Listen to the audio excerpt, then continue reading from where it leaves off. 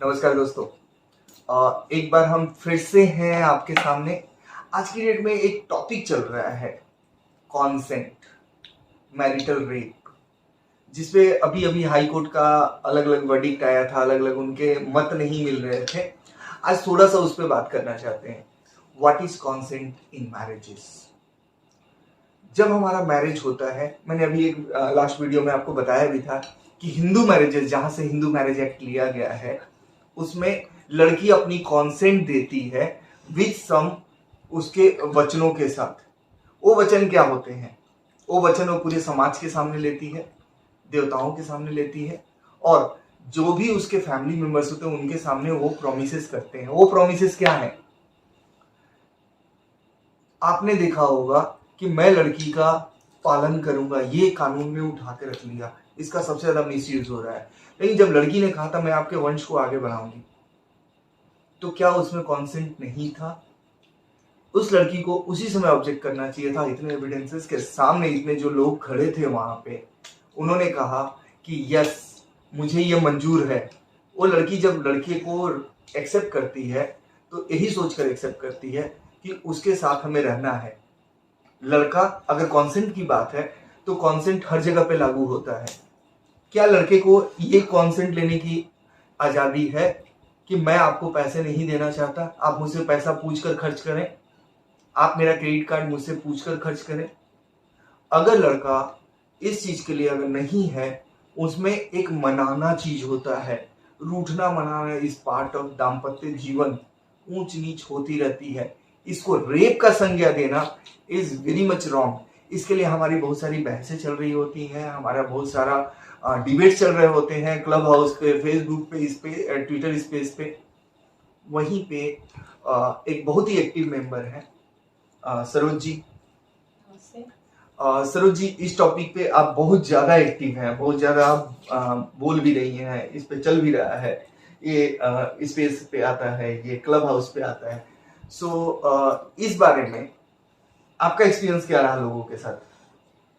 देखिए, जहाँ तक मेरा एक्सपीरियंस है, मुझे लगता है लोगों को शायद अभी रेप लॉज की जानकारी नहीं है, इसलिए वो शायद इस चीज़ को अपोज कर रहे हैं।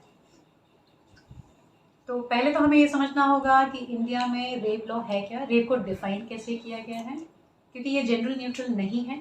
और रेप को डिफाइन भी इस तरह से किया गया है कि हमने सिर्फ मर्दों को जो है वो अपराधी माना है, कि they are the only ones who can commit a rape. That's the first thing. दूसरी चीज़ है, मैं मैरिटल रेप के टोटली अगेंस्ट हूँ। रीज़न बीइंग कि मुझे लगता है कि मैरिटल वर्ड जो है, इसमें दो प्राणी होते हैं, एक पति और एक पत्नी। तो सिर्फ पत्नी को तवज्जो देना और पति को बिल्कुल भूल जाना, that will be a partiality. और चाहे समाज में किसी भी तरह की प्रोसीजर्स हों या कस्टम्स फॉलो किए जा रहे हों, बट जब हम लॉ की बात करते हैं तो मुझे लगता है लॉ या जुडिशरी एक ऐसी जगह है जहाँ पे सबको समान रूप से देखना चाहिए। तो जो प्रोटेक्शन एक फीमेल को मिलती है, वही प्रोटेक्शन एक मेल को भी मिलनी चाहिए, क्योंकि हम राइट टू इक्वालिटी की भी बात करते हैं। तो मुझे लगता है मैरिटल रेप, क्योंकि 375 जो क्लॉज बी है, उसमें हस्बैंड्स को एक्सेप्शन मिली हुई है, और मुझे लगता है वो एक्सेप्शन रहनी चाहिए। रीज़न भी कि हम शादी के कॉन्टेक्स्ट में, जो कि जस्टिस हरिशंकर जी ने बहुत ही अच्छे शब्दों में जो है अपनी वर्डिक्ट में बोला है, और मुझे लगता है कि सबको उस जजमेंट को पढ़ना चाहिए। उन्होंने बहुत अच्छी तरीके से इस चीज़ को समझाया भी है, क्योंकि शादी के संज्ञान में जब हम रेप वर्ड का यूज़ करने लगते हैं तो मुझे लगता है कि शादी की महत्ता को हम खत्म कर देते हैं। जहाँ तक कंसेंट की बात है, कभी कभी मन नहीं भी हो सकता है, कभी मन हो भी सकता है। वो सब बातें हैं जो सॉर्ट आउट की जा सकती हैं। मैं उन केसेस की बात नहीं कर रही हूँ जहाँ पे फोर्सेस का यूज़ किया जा रहा हो, ठीक है, लेकिन इन जनरल ये सब चीज़ें आम नहीं हैं जिनको हम रेप का संज्ञान दे रहे हैं। दूसरी चीज़, हस्बैंड के कॉन्टेक्स्ट में मुझे लगता है इस चीज़ को कहना थोड़ा गलत होगा, थोड़ा गलत नहीं बल्कि गलत होगा, क्योंकि फर्स्ट थिंग, आपका हस्बैंड एक स्ट्रेंजर नहीं है, और जब आप शादी करते हैं तो sex is actually an integral part of your relationship. तो वहाँ पे ऐसा नहीं है कि आप अनभिज्ञ हैं कि आपके साथ ऐसा नहीं होगा, या आपने इसकी कंसेंट पहले से नहीं दी हुई है। तो मुझे लगता है कि शादी के कॉन्टेक्स्ट में एक सेक्सुअल जो भी इसको रेप का संज्ञान देना बहुत ही गलत होगा। अभी अभी एक न्यूज आई थी जहाँ पे उन 4 लड़कों को जिनका एनकाउंटर किया गया था हैदराबाद में। जस्ट ओनली, ये हमारे माइंडसेट की बात कर रहा हूँ। कि वो जो वेटरन डॉक्टर थी उसके साथ रेप हुआ था, और वो 3 नाबालिग लड़के थे, एक लड़का था, जिसमें पुलिस को बहुत सारा मतलब बहुत सारी प्रशंसाएं मिली थी, उनको बहुत ज़्यादा अप्रिशिएशन मिला था। अभी पता चल रहा है कि वो पूरे तरीके से फॉल्स मामला था। रेप को एक मजाक बनाकर रख दिया गया है। आयुषी भाटिया आपको याद है?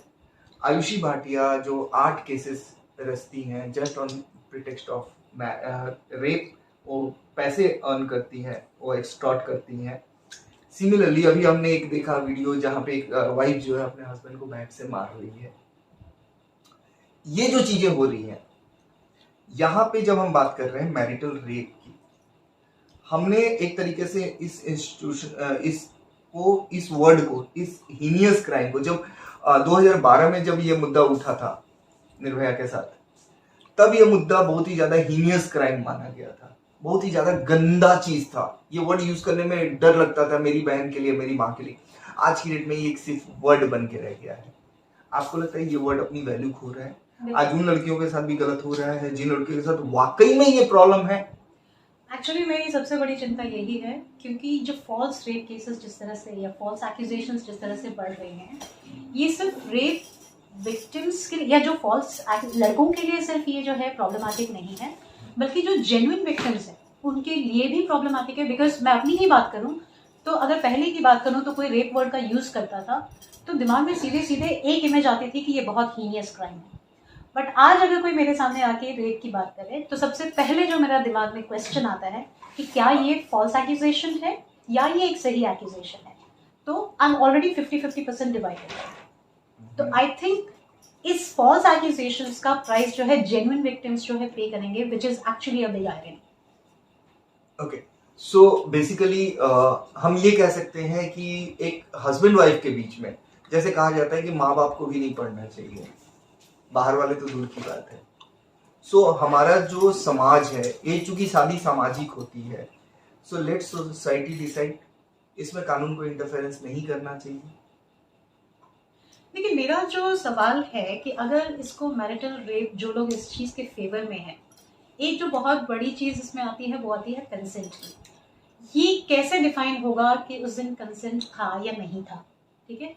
और जो मेरा ऑब्जेक्शन है मेनली लेकर है section 114A of evidence act. Reason being कि हम यहाँ पे 2 लोगों की बात कर रहे हैं, लेकिन कंसेंट हम सिर्फ एक ही की कंसिडर कर रहे हैं। तो वहाँ पे क्लियरली बोला गया है कि अगर इंटरकोर्स जो है वो प्रूव हो जाता है इन द प्रोसेस, और कंसेंट को किस तरह से प्रूव किया जाएगा, तो उसमें बहुत क्लियरली बोला गया है कि द कोर्ट शैल प्रिज्यूम, अगर लड़की बोलती है, सिर्फ लड़की की वर्बल टेस्टिमनी पे अगर वो बोलती है कि उस दिन उसका कंसेंट नहीं था, तो कोर्ट को ये प्रिज्यूम करना पड़ेगा कि कंसेंट नहीं था। सरोज जी, इसमें एक छोटा सा सवाल है, क्या ये जो 114 आपने बताया सेक्शन, क्या इसमें वाइफ इंक्लूड है?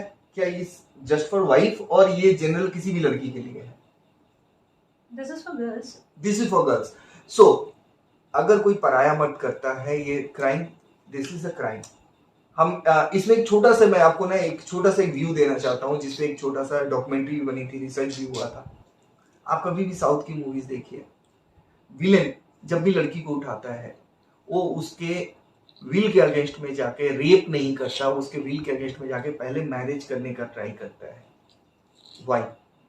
Because marriage can give you this consent that you can have sex with that girl, और ये मैरिज हमेशा एक सोशल एक्सेप्टेंस के बाद मानी जाती है, कुछ लोगों के सामने मानी जाती है।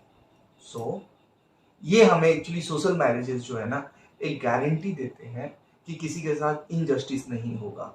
लड़की जो किसी के इतने लोगों के सामने जो आती है घर में, उसके लिए सोसाइटी इज टेकिंग गारंटी कि भाई इस लड़की का जो पालन पोषण होगा, जो भी इसके साथ इसके अधिकार हैं, वो society will provide that. Society ही उसको मदद करेगी वो चीजें लेने से हस्बैंड से। सिमिलरली अगर वंश बढ़ाने के लिए या किसी और चीजों के लिए लड़की बोलती है कि मैं आपके सारे वंश, जो आपके परिवार के जो फैमिली ट्रेडिशंस है, उसको फॉलो करूंगी, ये अग्नि के साथ फेरे लेते समय बोलती है। जो फादर उसको कन्यादान कर रहा होता है, वो लड़की का हाथ लेकर लड़के के हाथ में देता है और अपना हाथ खींच लेता है। वो ये कहता है कि आज से मेरे तुम्हारे बीच में कोई इंटरफेरेंस नहीं होगा। हमारे यहाँ आज भी रिवाज है कि हम लड़की के यहाँ के जाके पानी नहीं पिएंगे, इसका मतलब हम उसके घर में ज़्यादा इंटरफेयर नहीं करेंगे। This is the tradition. और ये अगर आप गौर से देखें, जिन लोगों ने इस ट्रेडिशन को फॉलो किया है उनकी शादियां टूटी नहीं है। ये जो इतने भी आज की डेट में केसेस हो रहे हैं, जो भी इस ट्रेडिशन को नहीं फॉलो करते हैं, पहले की शादियां नहीं टूटती थी, आज की शादियां टूट रही हैं। तो मैरिटल रेप हो या कॉन्सेंट हो, ये एक बहुत ही वाइड टर्म है और इसमें हमें इंटरफेरेंस नहीं करना चाहिए। जी नहीं, और मैं एक और चीज़ बोलना चाहूँगी कि जहाँ तक सेक्सुअल असॉल्ट की बात है, वो हमने ऑलरेडी बहुत सारे सेक्शंस में वुमेन के लिए कवर कर रखा है। तो ऐसा नहीं है कि जुडिशरी इस चीज़ को नहीं मानती है कि अगर कभी ऐसा होता है कि किसी के साथ बिना कंसेंट के या कोई फोर्सफुल या फोर्सफुली जो है सेक्स किया जाता है, तो हमारे पास डीडी में प्रोविजन है जहाँ आप सेक्सुअल असॉल्ट को एड्रेस कर सकते हो। आप जो है 498A में एड्रेस कर सकते हो अंडर प्रोबेबिलिटी। आप 376 में क्लॉज बी में कर सकते हैं। आप 377 में कर सकते हैं अगर आपके साथ अननेचुरल सेक्स कोई कर रहा है। तो ऐसा कहीं भी नहीं है कि इन एस्पेक्ट्स को हमने ध्यान में नहीं रखा है या हमारे लॉ में इस चीज़ को हमने इग्नोर किया है या प्रोविजंस नहीं दिए हैं। तो पर्टिकुलरली मुझे लगता है कि अगर मैरिटल रेप सिर्फ 375B के एक्सेप्शन को हटाने के लिए और आप इसको मैरिटल रेप बोलना चाहते हैं, that is the only reason that you are fighting this, then I think this is totally invalid. It should not happen. और जहाँ तक पनिशमेंट की बात है या इस इशू को एड्रेस करने की बात है और सेक्सुअल असॉल्ट की बात है, तो आई थिंक वो ऑलरेडी हमने अपने लॉ में जो है एक ये किया हुआ है, इसको एड्रेस किया हुआ है। अगर आप फिर भी पनिशमेंट से मान लीजिए कि आप अग्री नहीं करते हैं कि हमारे यहाँ 377 में अगर आप देखें तो आई थिंक 7 ईयर्स से ऊपर की सज़ा है उसमें ऑलरेडी। तो अगर आपको लगता है कि वो कम सज़ा है, तो उसका फर्स्ट थिंग तो एक तो जुडिशरी के पास राइट्स नहीं है, because that is something for the legislator to decide. That's a different issue all together. That is not for the judiciary to decide कि पनिशमेंट कितनी होगी। सो बेसिकली मैं यही चीज ये बोल के खत्म करना चाहता हूँ। हमने बहुत सारे लोगों को देखा डिबेट करते हुए और बहुत सारे लोगों से हमने बातें भी की। ये जो डिबेट है, ये डिबेट है फैमिली को तोड़ने के लिए, महिलाओं का सशक्तिकरण के लिए डिबेट नहीं है। और इसके लिए आप मेंटली प्रिपेयर्ड रहें, कल की डेट में ये आगे भी बढ़ सकता है। सिर्फ और सिर्फ जैसा सरोज जी ने बोला, ऑलरेडी इतने सारे प्रोविजंस हैं जहां पे आप औरतों को रक्षा कर सकते हैं। इतने सारे प्रोविजंस हैं जहां पे आप औरतों की रक्षा कर सकते हैं और इसके लिए जरूरी नहीं है कि आप इस लॉ में छेड़छाड़ करें। अगर आपको इतना ही शौक है तो फिर इससे मैरिज का इंस्टीट्यूशन जो है, institution of marriages is going to be broken. और इसी के साथ हम छोड़ जाते हैं आपको कुछ तस्वीरों के साथ जहाँ पे ये सारा कुछ चल रहा है।